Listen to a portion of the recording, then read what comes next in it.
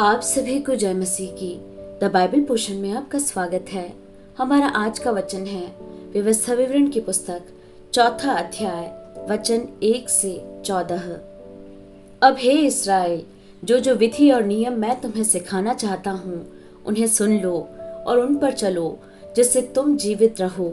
और जो देश तुम्हारे पितरों का परमेश्वर यहोवा तुम्हें देता है, उसमें जाकर उसके अधिकारी हो जाओ। जो आज्ञा मैं तुमको सुनाता हूँ उसमें न तो कुछ बढ़ाना और न कुछ घटाना।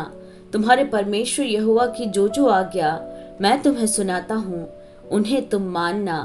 तुमने तो अपनी आंखों से देखा है कि बालपोर के कारण यहोवा ने क्या क्या किया, अर्थात जितने मनुष्य बालपोर के पीछे हो लिए थे उन सबों का तुम्हारे परमेश्वर यहोवा ने तुम्हारे बीच में से सत्यानाश कर डाला।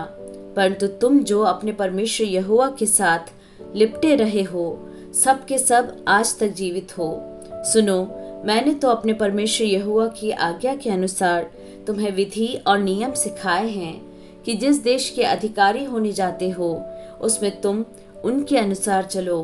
इसलिए तुम उनको धारण करना और मानना, क्योंकि और देशों के लोगों के सामने तुम्हारी बुद्धि और समझ इसी से प्रकट होगी। अर्थात वे इन सब विधियों को सुनकर कहेंगे कि निश्चय यह बड़ी जाति बुद्धिमान और समझदार है। देखो, कौन ऐसी बड़ी जाति है जिसका देवता उसके ऐसे समीप रहता हो जैसा हमारा परमेश्वर यहोवा, जबकि हम उसको पुकारते हैं। फिर कौन ऐसी बड़ी जाति है जिसके पास ऐसी धर्ममय विधि और नियम हो जैसी कि यह सारी व्यवस्था जिसे मैं आज तुम्हारे सामने रखता हूँ।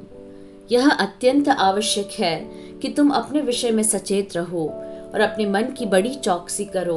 कहीं ऐसा न हो कि जो बातें तुमने अपनी आंखों से देखी उनको भूल जाओ और वह जीवन भर के लिए तुम्हारे मन से जाती रहें, किंतु तुम उन्हें अपने बेटों पोतों को सिखाना, विशेष करके उस दिन की बातें जिसमें तुम होरेब के पास अपने परमेश्वर यहोवा के सामने खड़े थे, जब यहोवा ने मुझसे कहा था, उन लोगों को मेरे पास इकट्ठा कर कि मैं उन्हें अपने वचन सुनाऊं, जिससे वे सीखें, ताकि जितने दिन वे पृथ्वी पर जीवित रहें उतने दिन मेरा भय मानते रहें और अपने बाल बच्चों को भी यही सिखाएं।